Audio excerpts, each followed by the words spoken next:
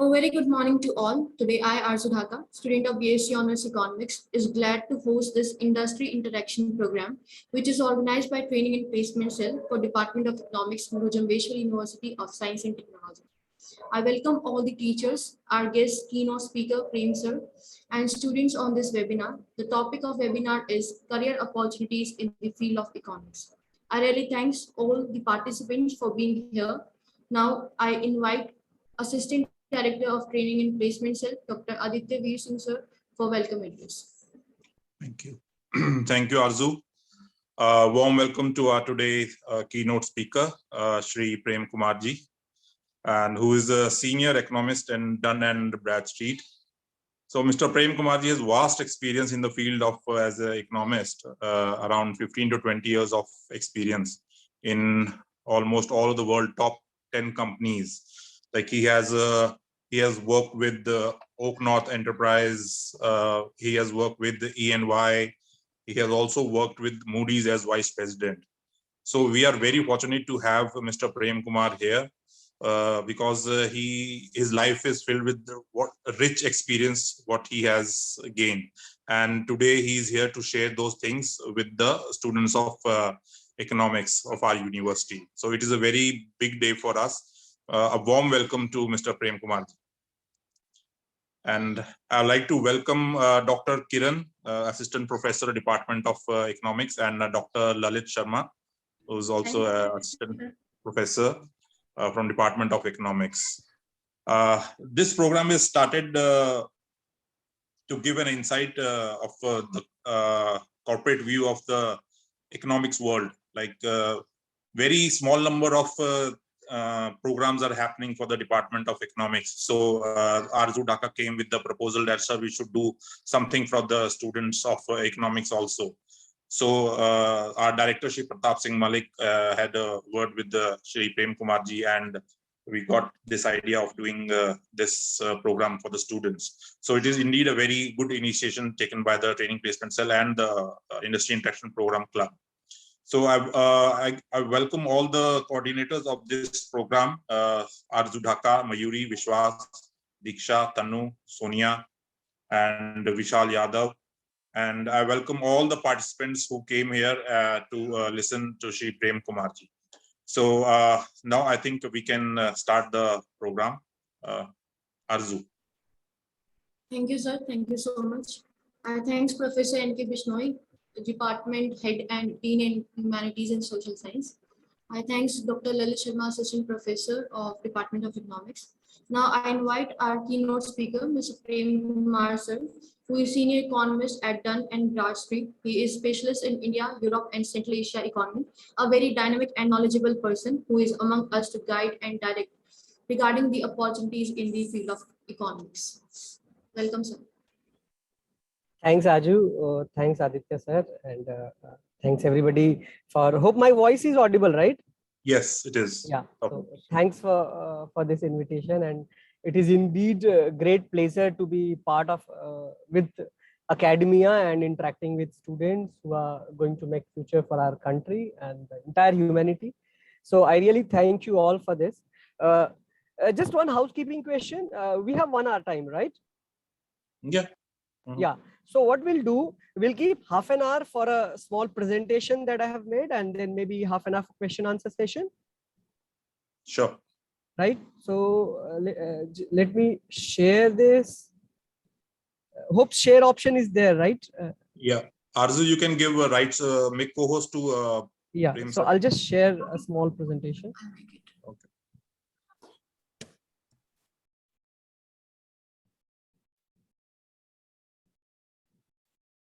Yeah, I can share it now. Thanks.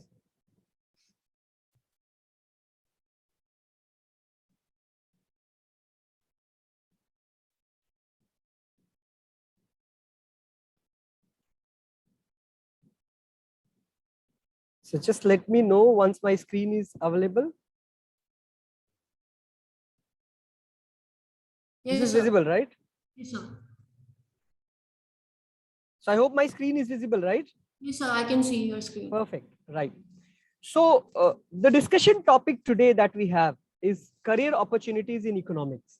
right? So that's the topic that we have. Pretty interesting topic.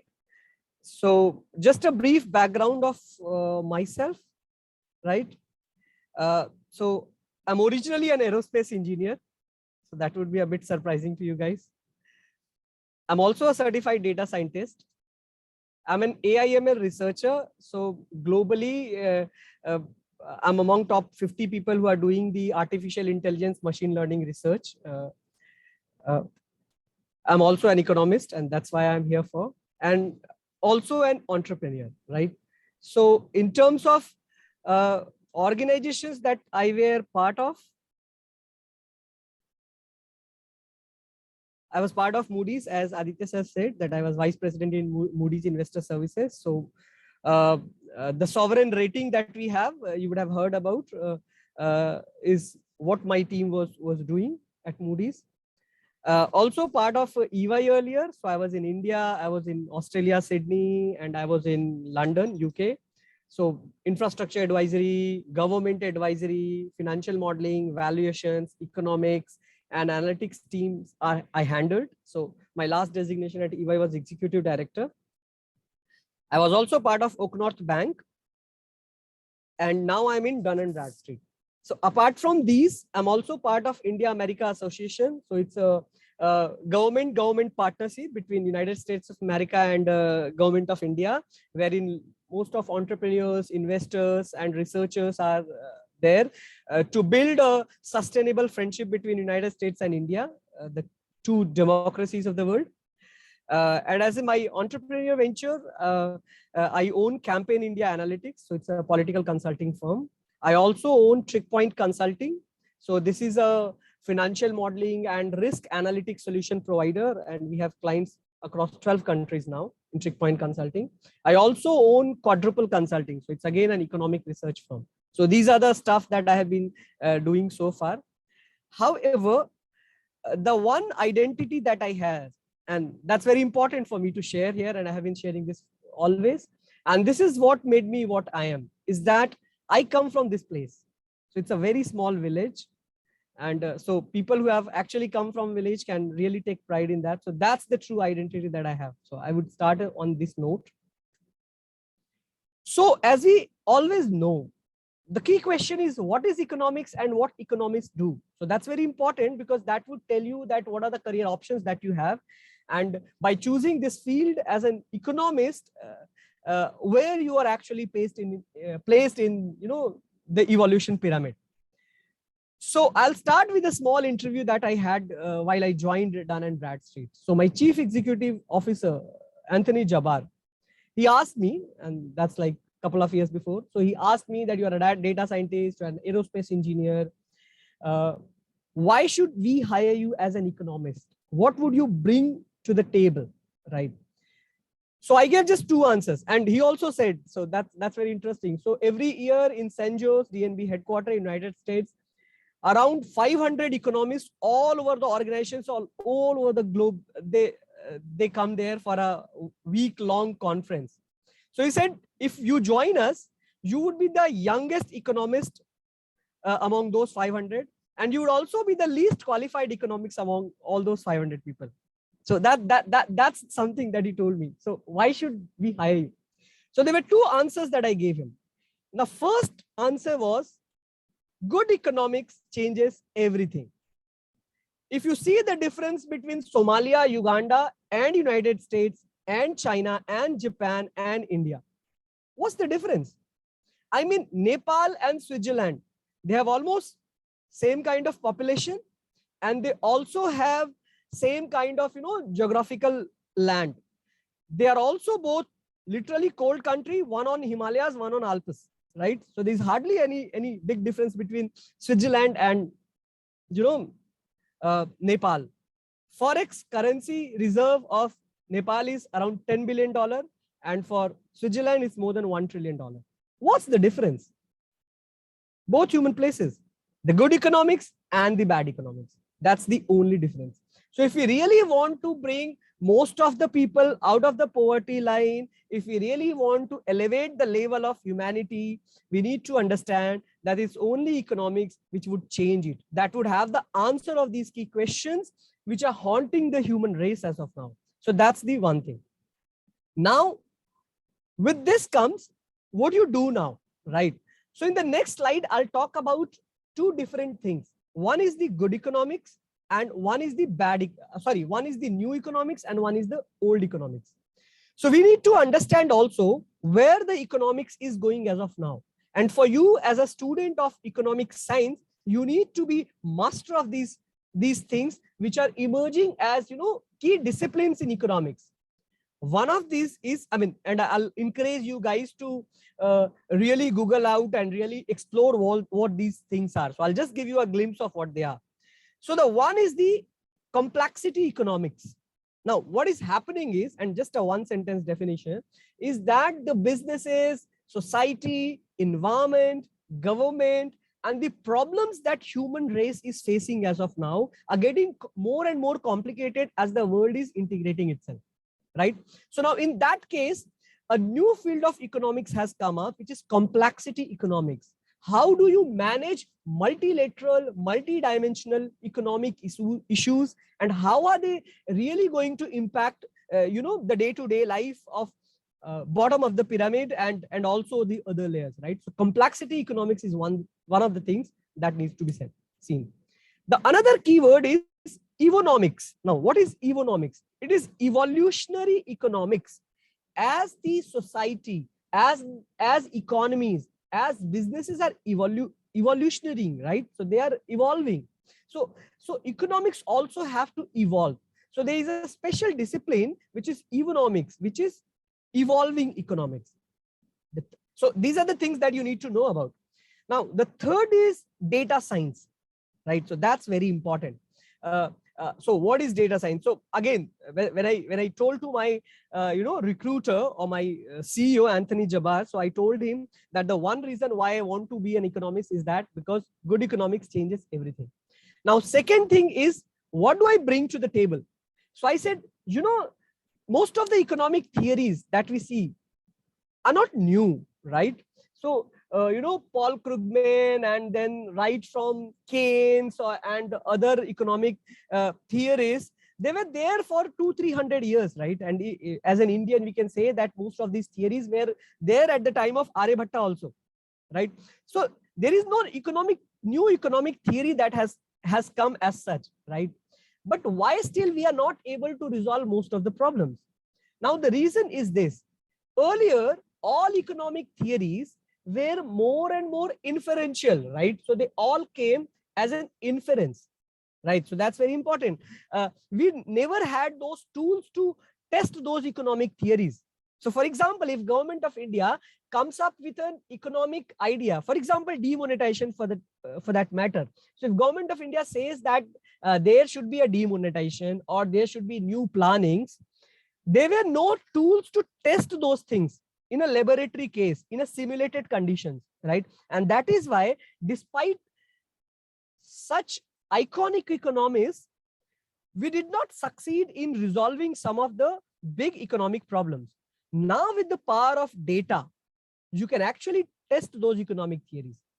Before actually implementing or deciding on the demonetization or a lot of like GST and a lot of Brexit and a lot of other stuff, you can actually make a simulated model and you can test those economic theories and you can predict the outcomes. So that is where the new economic comes, right? And that is what I would bring to the table as a data scientist. So data science is very important in economics. So those of you who are really serious in making a career in economics, please remember that you have to have that expertise on data science. Now, data science expertise comes through many ways, right? A good programming language like Python or R programming is must. Mathematical modeling is must. Mathematics is must, and a lot of things. Econometrics is must, right? So econometrics. So now is the time of macroeconometric modeling, right? And that is what we do a lot in Dun & Bradstreet. So if some of you are really interested in joining Dun & Bradstreet and similar organizations which are doing the pioneer work in economics, you need to learn the econometrics and econometric models, macroeconometric models, so that we can really project, how the COVID pandemic is going to affect a particular country, and how the Russia-Ukraine crisis is going to impact a particular country, something like that, right? So complexity economics, economics, data science, econometrics, and statistics. And I don't think I need to tell you how statistics is important as an economic modeler for you, right? And the mathematical modeling.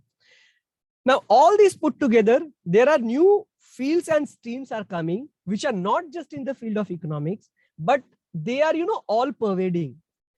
Something like internet was there in 90s, right? So internet, it's not that internet was anymore something related to information technology or computers, right? So internet is something which is all pervading. You are a healthcare service provider, you are a university, you are a hospital, you are a company, you are an individual. We all are, so much dependent on internet. Like electricity, we all are dependent on electricity, not just electrical engineers, right? So artificial intelligence and machine learning is that. To be very successful as an economist, you need to learn that. You need to master that. Why? Because no more economics is restricted to books. They have gone into, really projecting, right? So projection, forecasting, nearcasting, and kind of stuff. So we are going to develop intelligent machine learning models, which would be projecting and predicting a lot of stuff which were hitherto so far, not just uncommon, but were probably not possible, right? So that's very important. So that's a gap which you need to fill. So you need to understand artificial intelligence, neural networks, so cognitive system, robotics, machine learning, natural language processing, and perception. So that's something very important. So I think my suggestion for you, and as an economist, we all do that, right? So my suggestion for you is to you guys to really get into that, right? And I'll tell you what, the technology has bridged the gap between, say, Harvard and say a college in a remote village of India, or say Somalia, right? So technology is a very big enabler, right? What is important to do to be successful in any career, and especially in a career like economist, you need to get into that cutting edge technology. You need to really understand what's happening at the frontiers of, these advancements, what's happening at the, frontiers of economics and technology and, polity and all those stuff, right? So that's very important. So this is what economists do now. Now, as I said, that difference between old economics and the new economics. So we all know old economics related to money, demand, supply, resources, scarcity. So economics is a science of scarcity from that matter and all those things. Now that has moved from old economics to new economics. So what does new economics means? It means sustainability and inclusion. So that is the new thing that has come in economics, because resources were always scarce.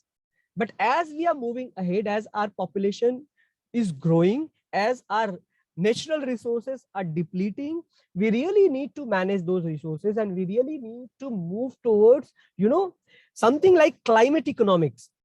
So that's the very big thing that is going to happen. For example, in next 10 years, all the cars and all those automobiles and mobility vehicles which are running on fossil fuel would just be outdated. So by 2030 or by 2030 in developed world, in US and Europe, there would not be any fossil fuel cars. They'll all be renewable energy ones, right? Either hydrogen or the other renewable energy and green technology cars, right? And by 2050, as per the Glasgow conference, we have also committed by 2050, the entire world would be moving away from that, right? So that sustainability and inclusion is very important part that we have. There are a lot of new things which are happening in economics, and before going further, I just wanted to give you a glimpse of that. So one of this is, as I said, the law economics, health economics, monetary economics, environmental economics, right? And there's something called globotics.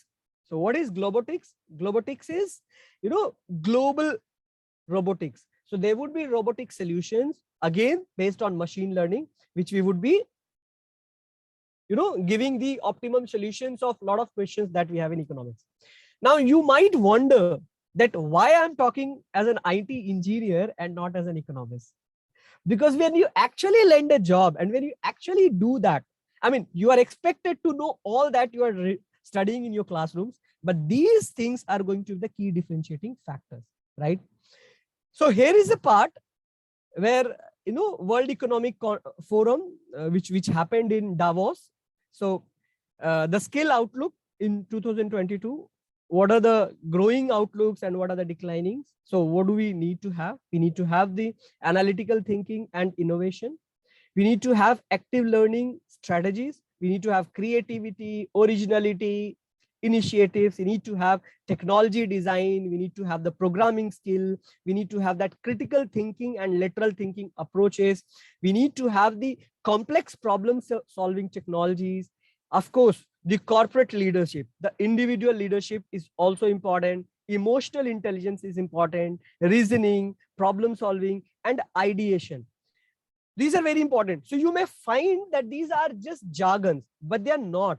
When we sit across the interview board and when we really look at people, no more we are seeking employees. We are looking at leaders, right? So people who can actually break that glass ceiling, right? So that's very important. So when we look at you, knowledge is okay. So let me put it this way. Knowledge was very important so far, right? But now knowledge has taken the secondary role, because whatever you don't know, you can always learn from Google. Now, what's important is originality. What's important is critical thinking, right? So if you come to me, I can teach you economics in say 10 days. I can teach you data science in 10 days. That's very simple. So a 1 month training at, say, for example, an organization like DNB would teach you everything that you need for a job. But what I can't teach you is that creativity, that power of ideation. So please understand this word ideation. Now, what is ideation? Is that you need to come up with an innovative, unthought of solution for problems which are troubling us. I'll give you an example. So we had a conference of party agreements at Glasgow in UK. So I was one of the attendees there from my organization. So I was part of there, right? So there were a lot of school and college students were also who were part of that meeting. So there were a lot of key questions that we wanted to answer, and you wouldn't believe that there were a lot of students in that parliament from countries like Senegal. I don't even know if you guys know that. It's a very small country. So Senegal, something like Nepal, they were actually giving a lot of solutions. They were discussing and debating a lot of solutions, which we really found interesting. And when we drafted our final document, we actually brought them. And some of the words, which are like climate responsibility is a word, the climate engineering is a word,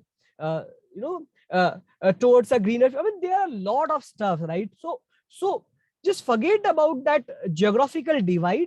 You can always come up with a solution if you really ideate. So that's one thing which was very important, which I wanted to tell you. And these are the things which would really prepare you. So as I was telling you, what are declining now? You can see the memory, verbal, auditory, and these kind of spatial abilities are actually declining. So a few of the stuff which were valued a lot earlier, because these works can be done by smart machines, right? So we don't need humans for that. We need humans for more intelligent kind of work. So that's something which is a suggestion. Right now, where are the career opportunities that we have? Right, so that's again important. So some of the career opportunities that I have listed here are, for example, there are rating agencies like Standard & Poor, Fitch Rating, and Moody's. So one of the career opportunity could be there. So if you know that I was also part of Moody's, right, as a vice president, but I was also doing an economist work in a sovereign credit rating. So So these rating agencies are a very good fit for economists. Then there are a lot of multilateral government organizations. There are a lot of multinational government organizations like UNO, World Bank, World Trade Organization, and there's so many of them, and I've listed them here, right? So UNAID, UNCTAD, and European Union, European Commission, then Asian Development Bank. These are the organizations which are there. And the interesting thing with these organizations is that you don't need to come up with a very bright background or something of the sort, right? So they always give a lot of internship opportunities. They give you a lot of opportunities in terms of coming up with white papers and thought leadership papers, and then you can get inducted. So that's a very good opportunity. Then there are banks, global banks, where economists are a coveted profile. So UBS, Barclays, JP Morgan, Goldman Sachs. So a lot of them are my clients. So that's where we have very good opportunity. Then there are a lot of insurance, private equity, venture capital funds like CNO, USRNs, AXA, lot of them. And if you really Google the pension, hedge funds, and insurance firms, how big a market it is, you would just be amazed. They are as big as the global economy size, right? So this hundreds of trillions of dollars is the real cumulative strength of these insurance companies are. So they are very big organizations. A lot of governments, all governments, right? So like Government of India, Finance Ministry, Corporate Affairs Ministry, Trade Ministries, they all are clients, right? So these are the places where also economists are valued a lot. So that's the one thing. A lot of investment banks like Credit Suisse, Standard Chartered, Diamond, and all them, they're also some of the recruiters where you can value. There are a lot of firms, for example, the technology firms like Google, IBM, 3M, Facebook, and all those firms also hire economists. That's the one thing. Then the consulting firms, strategic consulting, financial consulting, IT consulting firms, for example, Deloitte, EY, KPMG, PwC, McKinsey, Protiviti, Crowe, Mars, Boston Consulting Group, Bain Consulting. They are also the ones who hire economists. Then there are a lot of multinational organizations like Coca-Cola, Yahoo, Google, and all those are also there. So it's really all pervading. It's really universal, right?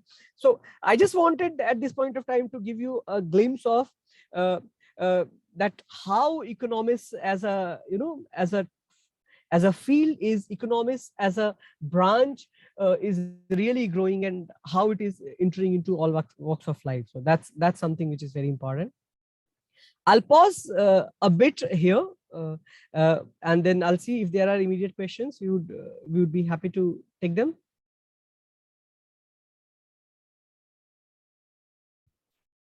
Thank you, sir. Participants, you can ask questions from sir. You can open your mic and you can raise your questions. Or you can put the questions in the chat box also. Yes. Arzu can take the questions from the chat box also. Yes, you can put your questions in chat box too.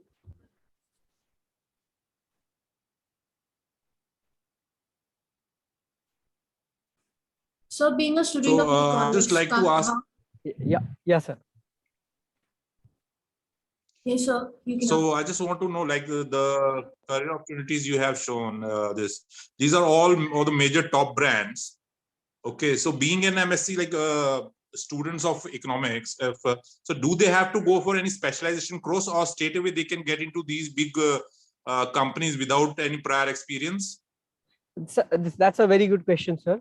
So they can always get into without any prior experience, because no experience is also a very good experience these days, right? We always need fresh minds, and because we have to do a lot of unlearning. So that's always there.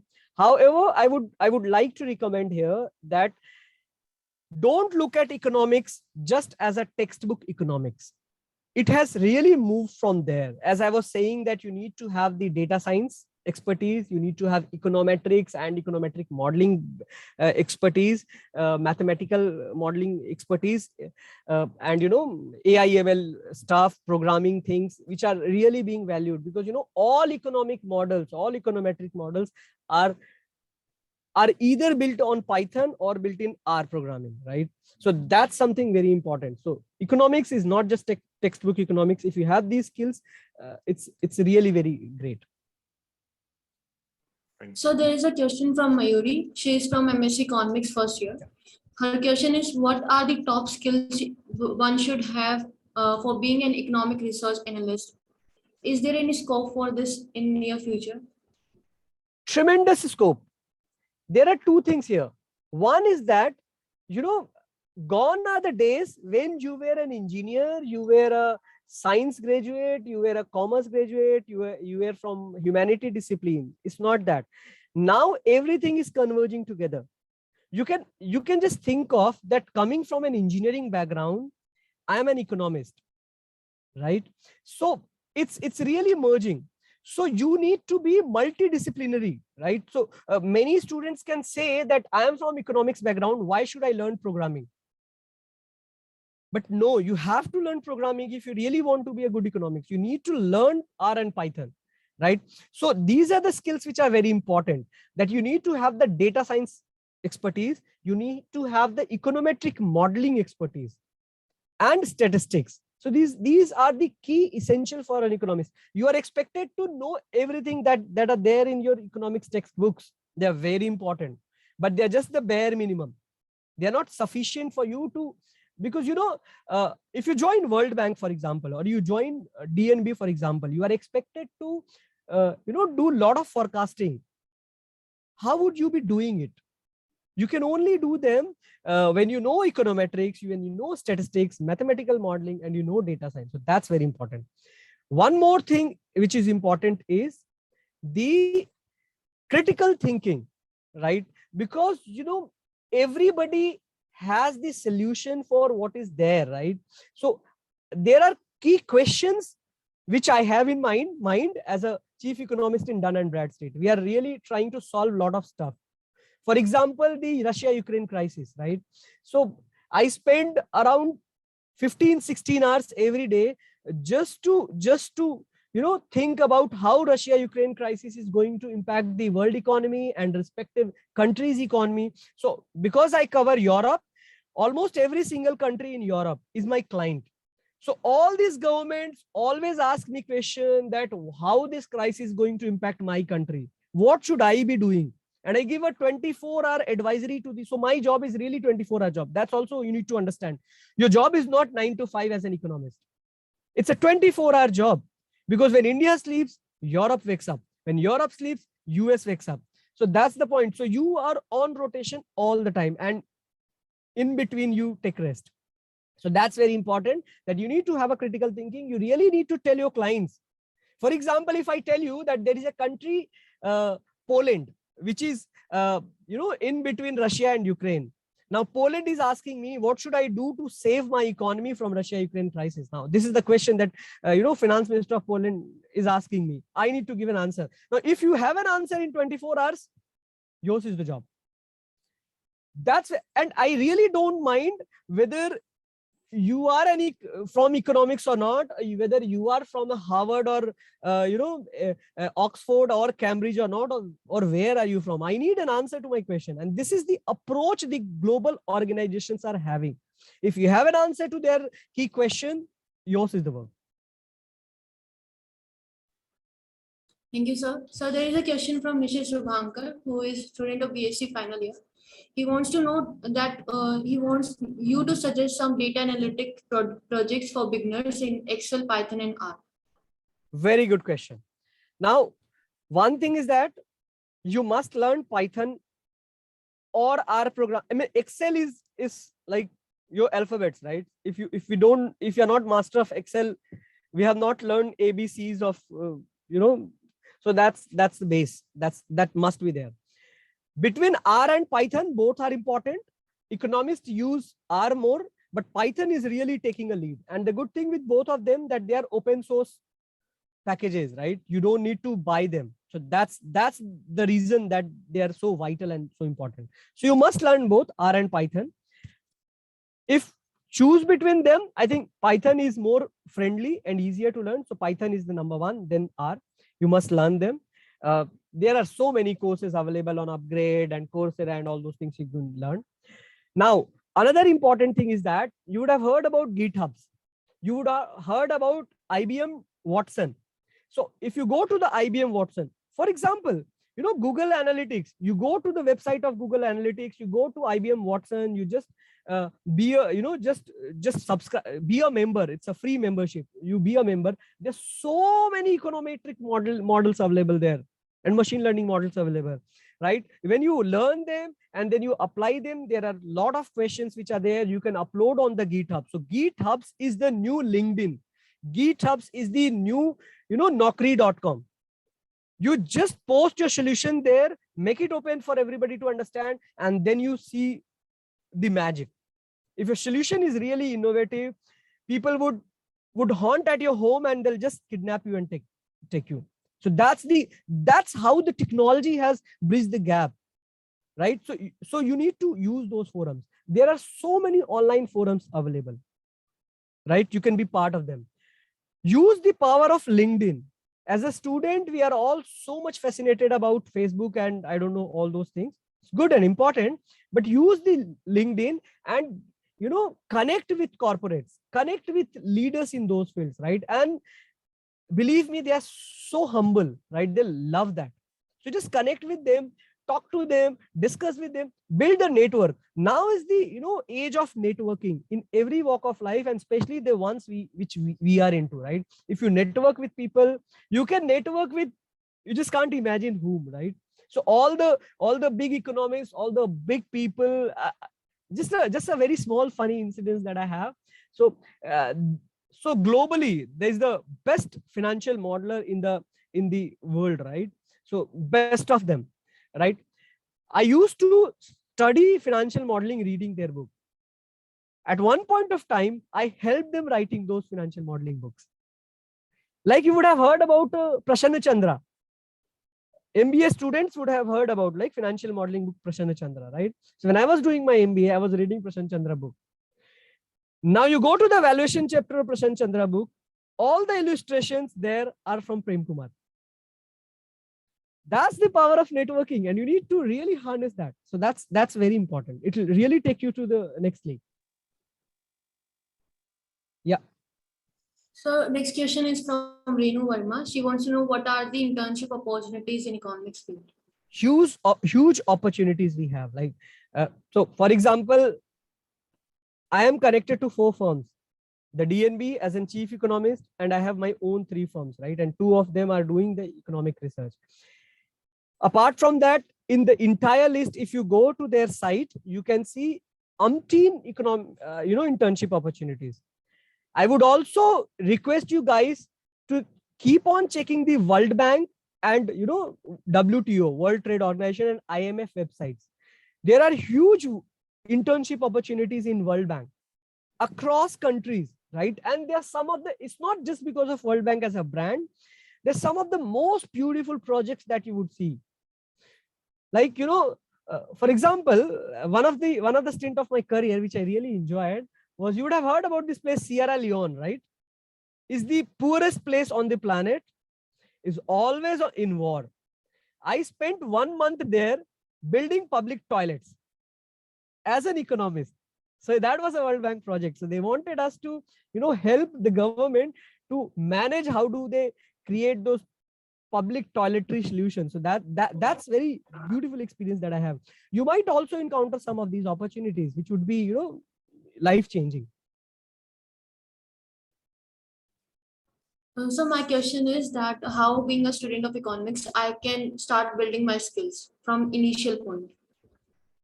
Space, right? Yes. Space, you said, right? Okay. So, you know, as I said, so this is a stepwise approach. The first thing is that you need to be very confident about economic theories that you have learned in your classrooms. You need to be very solid. Tomorrow, if I connect you to Paul Krugman, you need to very boldly and confidently be able to impress him. So connecting to Paul Krugman is not a very difficult thing, right? So that's one thing. So textbook economics, that's number one. Second, you need to really know what is happening at the frontiers of it. You know, one of the complaints with academia that I have is that there is a very big divide between academics and the industry. You need to really walk on that path. And you know, schools, colleges, universities have a limitation. They have a structured course material that they have to complete, right? But as a student, that's just the 50% for you. You really need to go and see what are the researches which are happening in the field of economics. You need to get yourself abreast of that. Once you do, the third step is connect to people who are in your field, right? You connect to a lot of people in RBI. So RBI is one of my clients.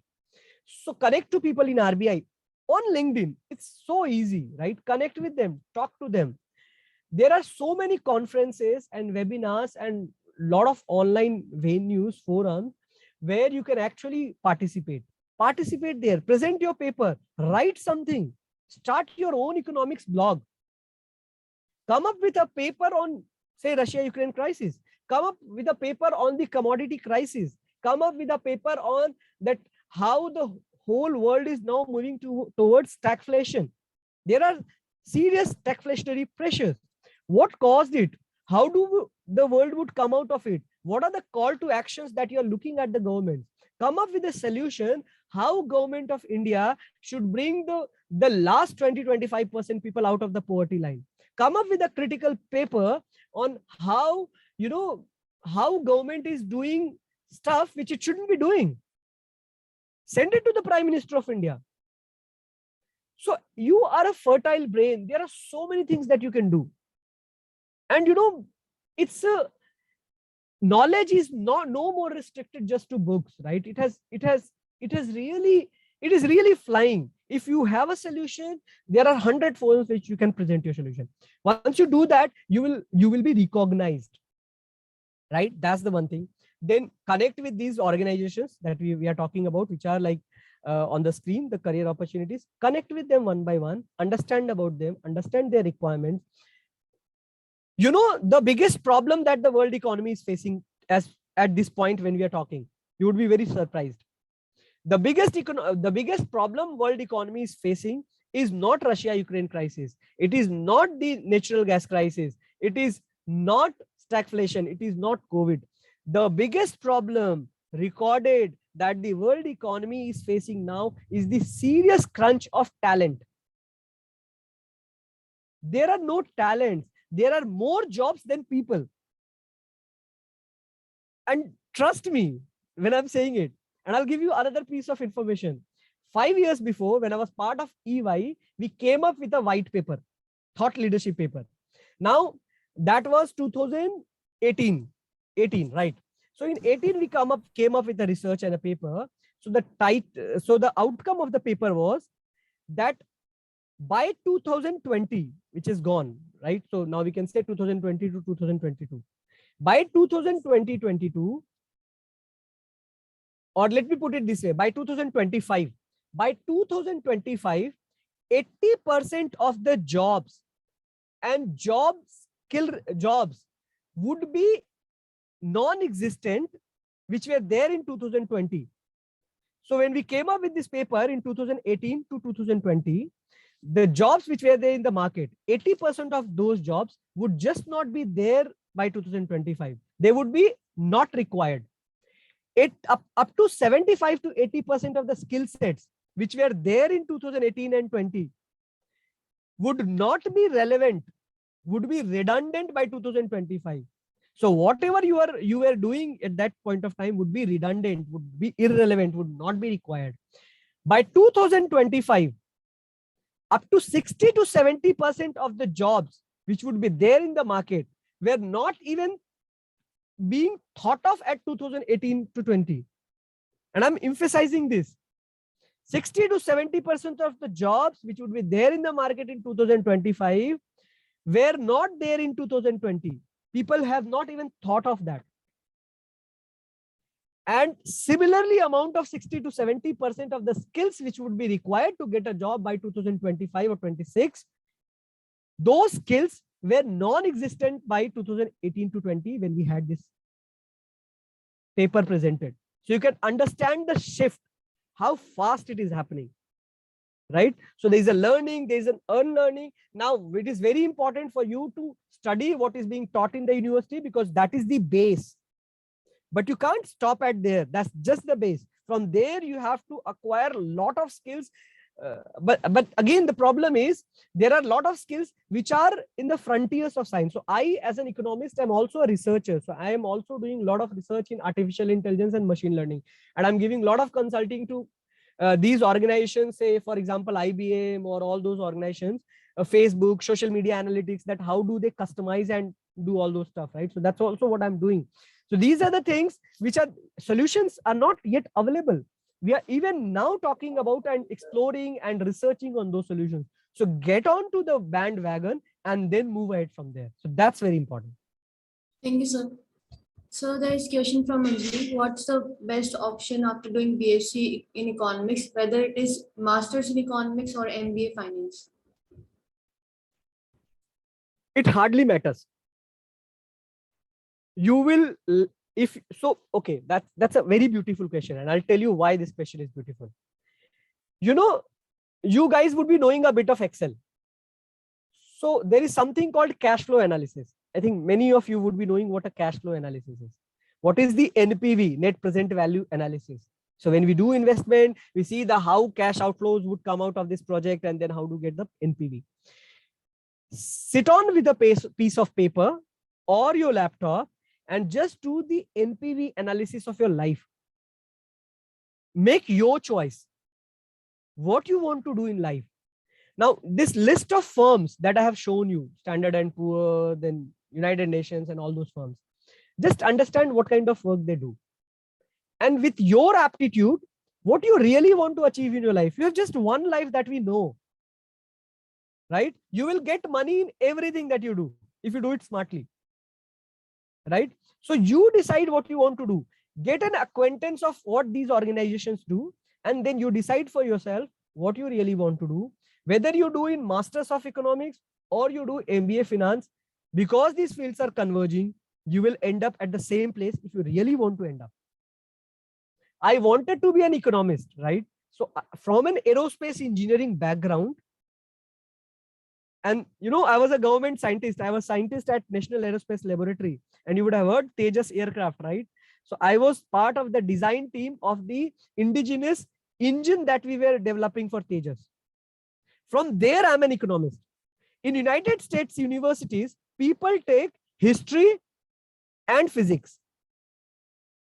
So that's the kind of combination. And with the new education policy, we are also trying to implement those things in India, right? So it doesn't matter whether you do what you do, but you make your own career path and then bring on the people who would help you. For example, if you made a career path, okay, I really want to go to Standard & Poor and Moody's.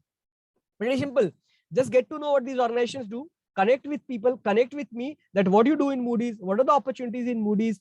I will guide you how do you do that, right? So a mentor is very important always. So that's also very important in learning these days, that you get a mentor and the mentor would tell you that how do you travel this path.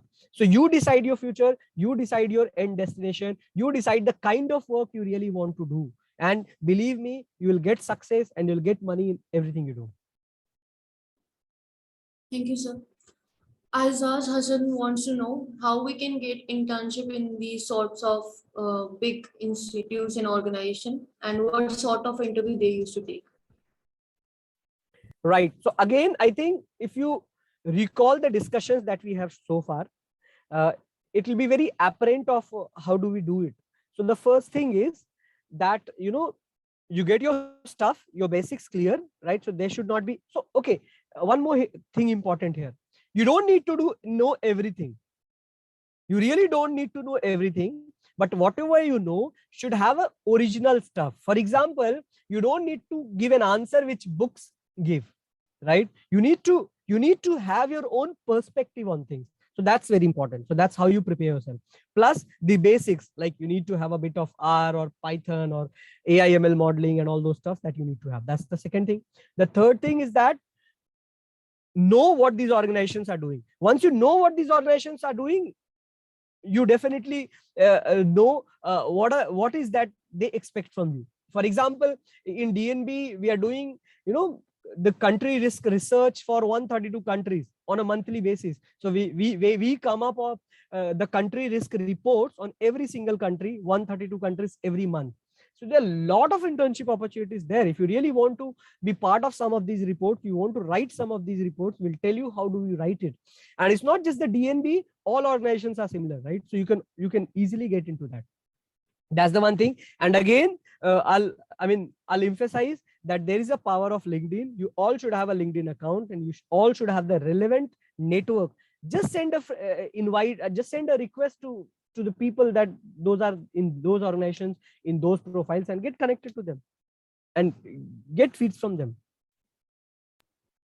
So which PSUs are considering or selecting economics students? I think I remember that the oil marketing companies, Economist is a very essential profile in any organization these days. So, I have my friends who are part of ONGC, who are part of BPCL and IOCL and all those things. I have my friends who are, so one of the guy that we hired was earlier working with Tata Steel as a chief economist. So he got hired with us, right? So he's with us.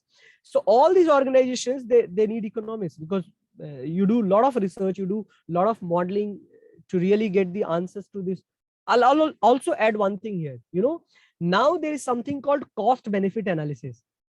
Now, cost benefit analysis is, social cost. So whenever any organization goes for, any project financing, project stuff. For example, Sydney Metro was one of the projects that I was doing.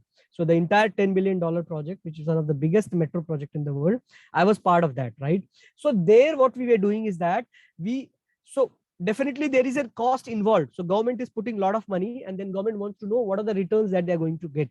Not just economic returns, but also the social returns. How many people are going to be benefited from it? If there is no number of cutoff people who are going to benefit from it, if it is not going to add to the economic multiplier effect into that project, the project would not get sanctioned. So economists do this cost benefit modeling kind of stuff also. So that's also important. So you can understand that every single project need to have an economist. So what are the works being done by health or environment economists? Huge amount of work, so environment is the next big thing. I'll just share a slide with you guys, which I had, if time permitted. So I'll just share this slide with you. So this is the work that, so this is the work that I am doing as of now, right? So I'm doing investment climate work. I'm doing ease of doing business work for different clients, investment opportunity risk works, government policies and regulations that I'm framing. So I'm also attached to a lot of ministries, even in India and Europe, for doing a lot of government policies, framework analysis, central bank policies. So RBI is one of my clients. Now, this is what I'm doing in climate economics, if you can see. So climate economics and ESG is definitely the big work. So I'm doing a lot of policy advocacy and impact analysis work.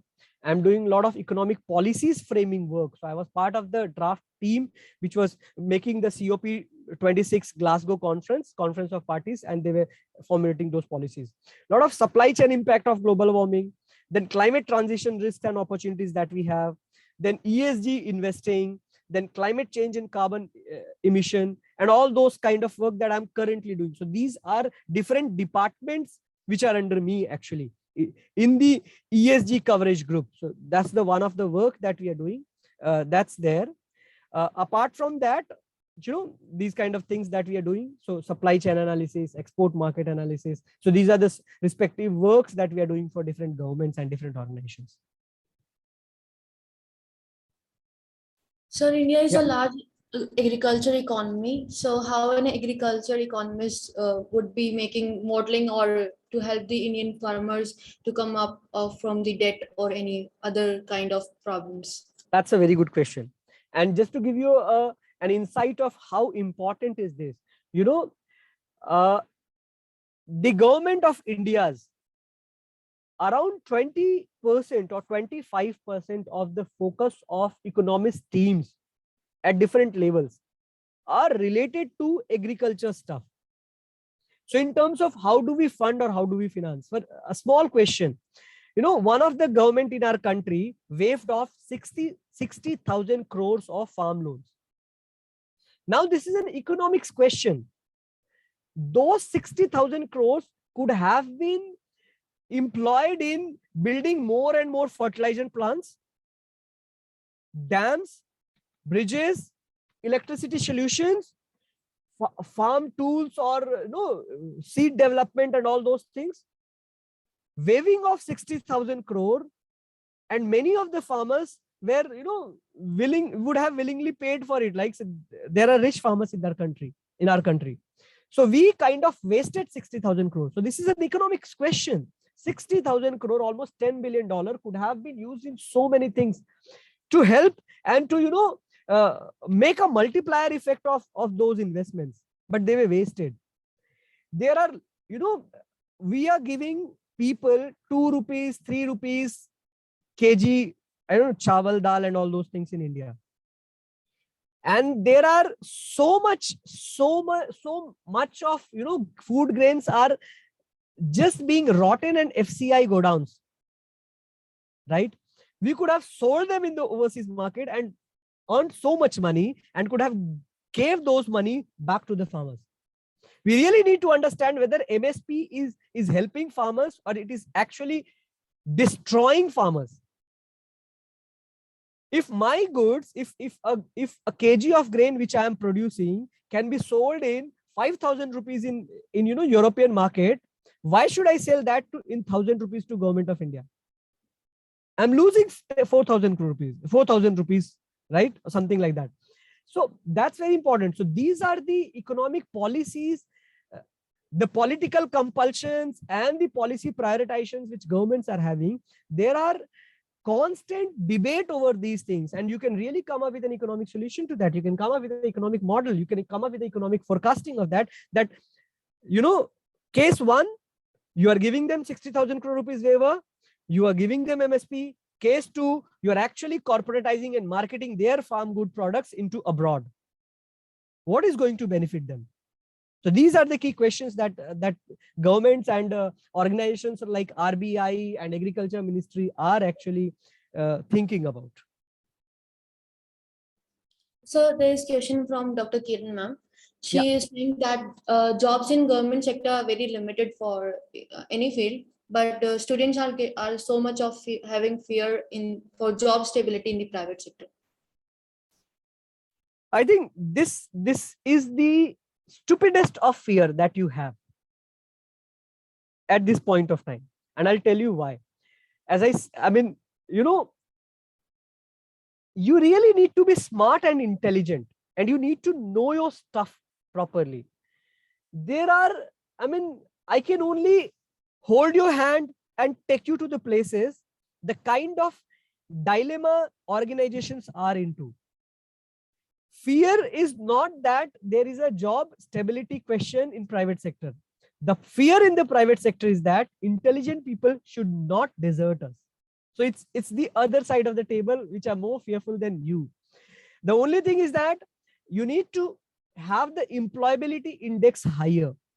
That's very important, right? So please skill yourself. If you're skilled, if you know your stuff good, there is really no limit. You can just think of, you have seen my village, right?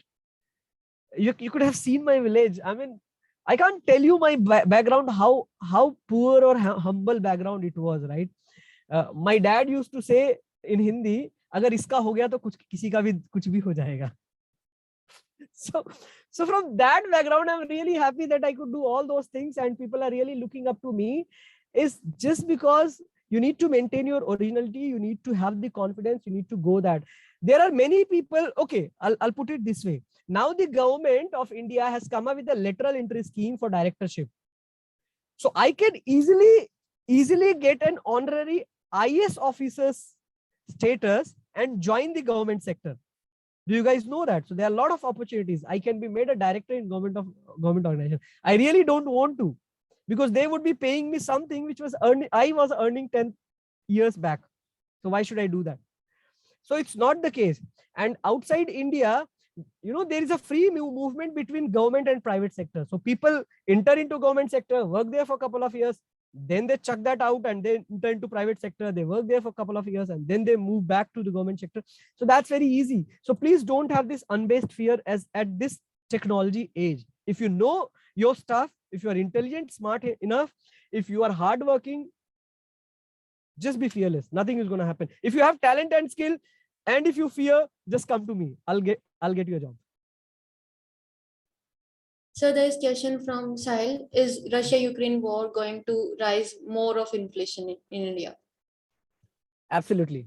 And we are not just talking about inflation. We are talking about stagflation, which you know what it is. So the situation is there'll be inflation with no growth.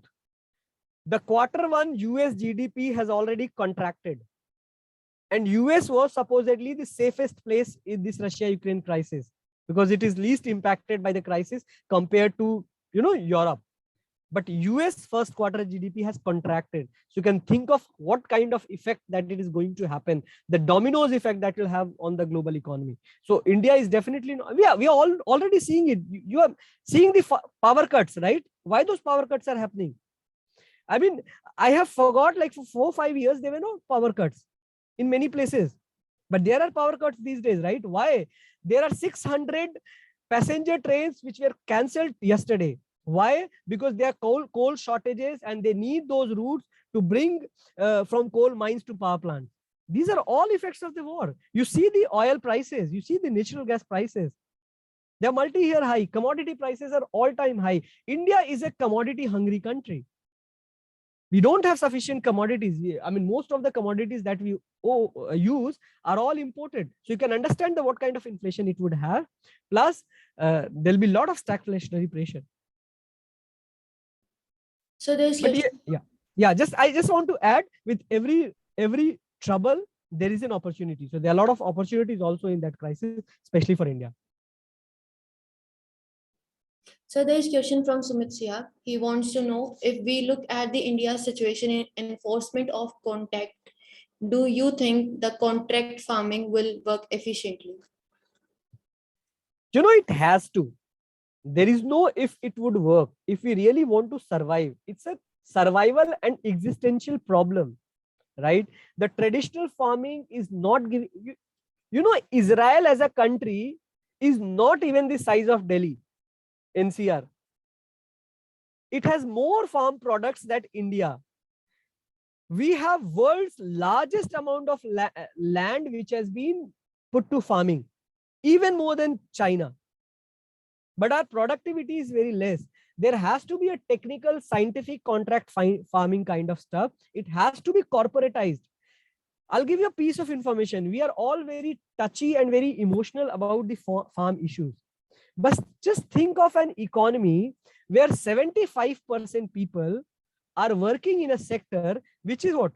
2% or 5% of your GDP?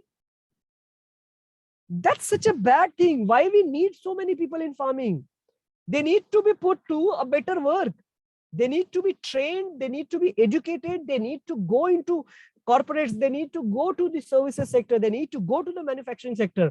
No country in the world has developed with this status that 75% of the people are farmers, and they're working in a sector which is like 2% to 5% or to maximum 10%. That's just not possible.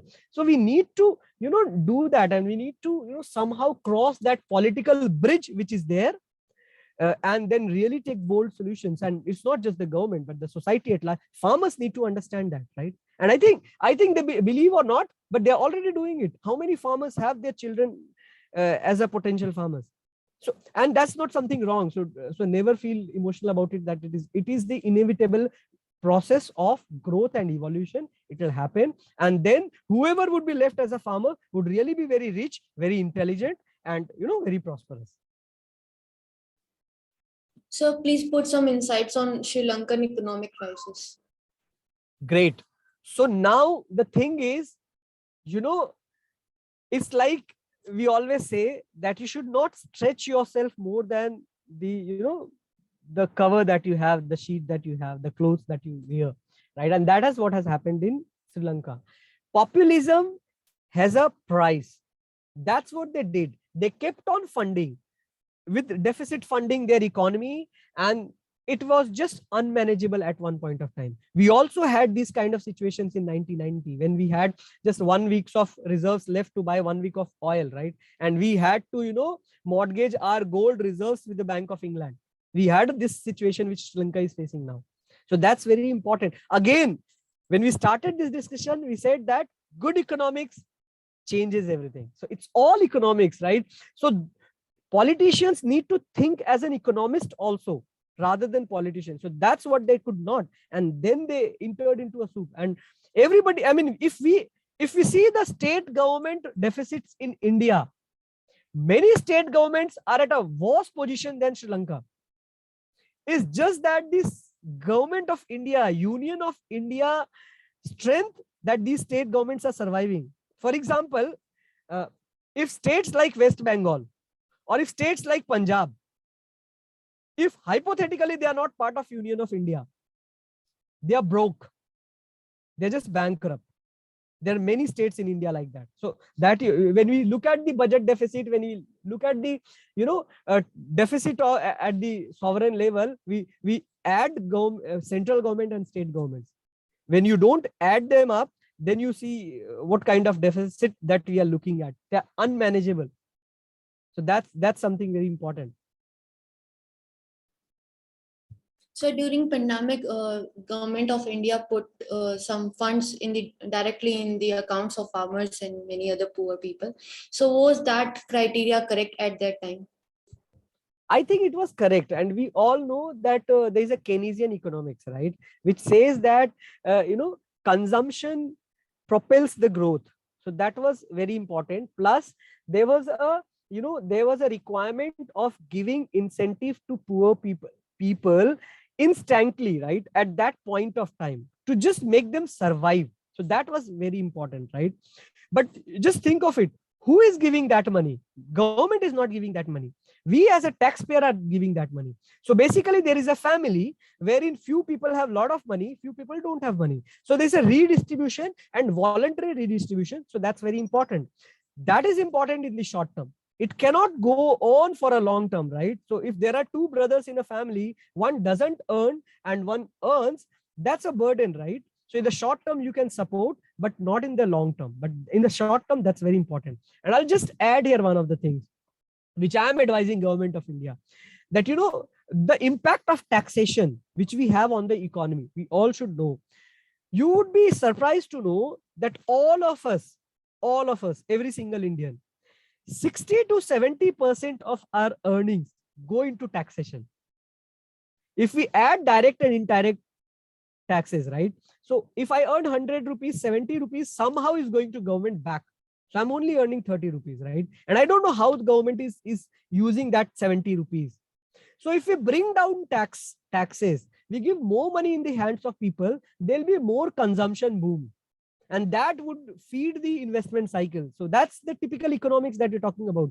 So I, as an economist, and my team, we are really building those econometric models to actually show government that why they should bring down some of these taxes in terms of, like, for example, the GST tax and all those taxes. So very high taxes are not good for the government, right? So these are the key things which are important. So there's a question from Sonia. If we have enough food grain in our country from recent years, then why we need to import wheat in 2020? Right. So, what happens is, and that's again related to MSP.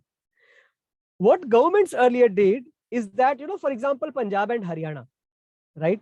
These are ecologically places where you should have wheat as a grain, or the coarse grains. You should not have rice or paddy as a agriculture product.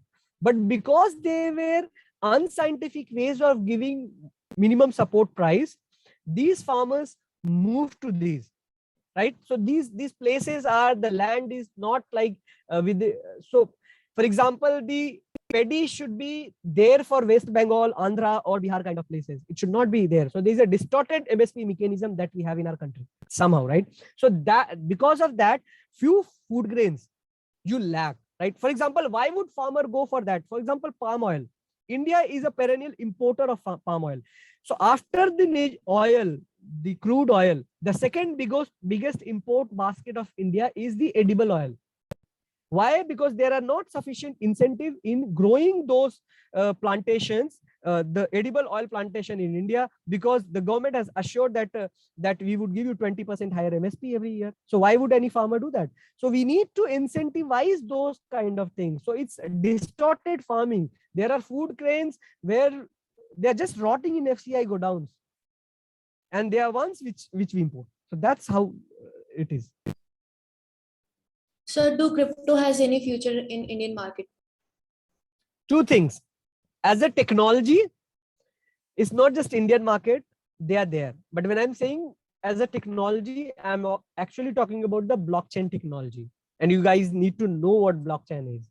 Blockchain is a technology which would have multiple applications. One of those applications would be crypto. So when we started as a civilization, we were doing the barter system. Then currency came. Now the digital currency age is there. It would really move. So what crypto actually does? It gives you central bank powers. So cryptocurrency would essentially make every individual the RBI. For example, what Facebook is doing, Facebook has made every person a journalist.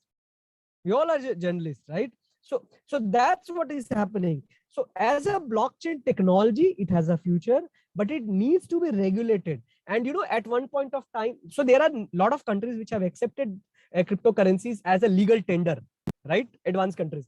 So we would also do at one point of time, but with a very heavy regulation which would be put on them so that the misuse is not done. So it's a double-edged sword. It is a very good thing, but it is a very lethal thing also.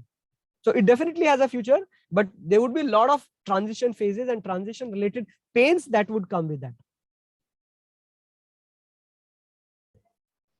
So geopolitical interests are affecting the economies. So how much time will Ukraine take to recover itself, though the war is not yet ended? I think damages are very much permanent. It's not about the physical infrastructure. A nation has been broken at its heart and soul.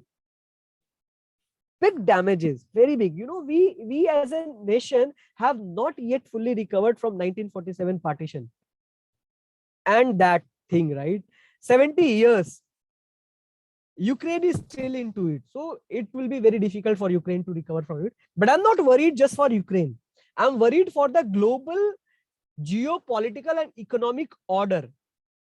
We were integrating the world. We were talking about the global village. Now we would be making global islands. That's what would happen, right? So Europe as an economy, the EU was an answer to United States. That was a parallel economy. That is, that is really crumbling, right? So they have not shown the kind of political and military leadership as they should have. Ukraine should not have been left to defend itself, right? There are a lot of things which Russia is doing right and wrong. There are a lot of things which Ukraine is doing right and wrong. I'm not taking any side, but I'm saying that it is, and it is also existential crisis for organizations like United Nations. So it's a big thing, right? And as a counter effect, what would happen is that the global growth and global economy would really move towards Asia. So India and China, they were destined to be the global leaders. India and China by 2050 would have been the first and the second biggest economy in the world and two of the most powerful nations. But now this 2050 would shift to somewhere like 2035. So you'll really be seeing by 2035 itself this transition which would be happening, which is very good to us, but it also gives a lot of lot of responsibility on us that how do we manage this, ultra fast paced growth, which is on our doors. If we are not able to manage, if you run really too fast, I mean, you risk to, to just be down. So that's what the issue is. Thank you, sir. If there are some more questions, please put down in the chat box. There is an announcement for all the participants. We have attendance form in the chat box. Kindly fill that. So I think we are done with the questions. Yes, sir. The session was really amazing, sir. Thank you. Very Thanks a lot. informative. Very, very, very nice.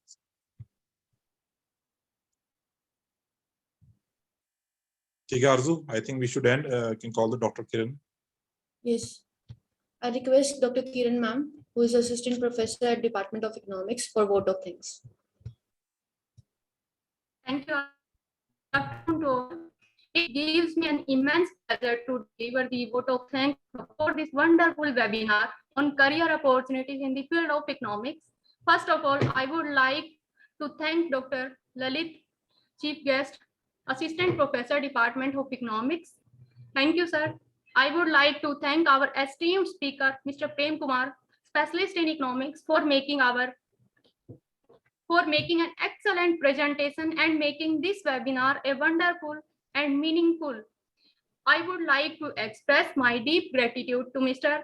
Pratap Singh Malik, Director, TP Cell, and Mr. Aditya Veer Singh, Assistant Director, to organize this webinar. I would like to thank volunteers who run around doing a lots of things. Thank you so much, all the volunteers. Finally, I thank the wonderful students who have turned up in such a great number. Thank you. Thank you all. Thank you, Arju. Kiranji. Thank you. So, Prem sir, it was indeed a very fruitful and very informative session I have heard so far. And I think students might have learned a lot of things from today. And I request you that we will be putting your LinkedIn ID in the chat box so that students get connected with you. And if they have any questions, then probably they can ask you through LinkedIn. Sure, sir. Sir, I'll provide LinkedIn ID I have with me. And in future, again, sir, I would like to connect with you, but with the big audience this time, because I think there were 70 students, but I would like to share all the information which you have shared. I would like to pass on these information to a big number, because these are the generation who will be putting efforts to correct the nation coming ahead. So we need to guide them. Absolutely. Thank you, sir. Thanks a lot. Thank you, sir. Thanks, everybody. Thank you, sir. So in the end, before going, I request all the participants to switch on their videos so that we can have a group photograph. Vishwas, please be ready for group photo.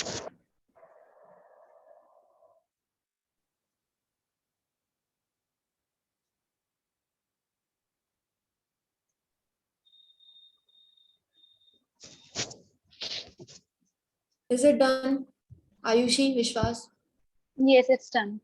Okay, thank you so much. Please Thank you, sir. Thank you, Prem sir. Thank you, sir. Thanks, everybody. Thank you, Kiran ma'am. Thank you. Thank you, Prem sir. Thank you. Thanks, everybody. Thank you. Students, please fill your attendance in the registration form that is being. You can leave now, sir. Thank you, sir. Thanks. Okay, thank you. Thank you, Kiran ma'am. Thank you. Thank you, all the participants. Thank you so much.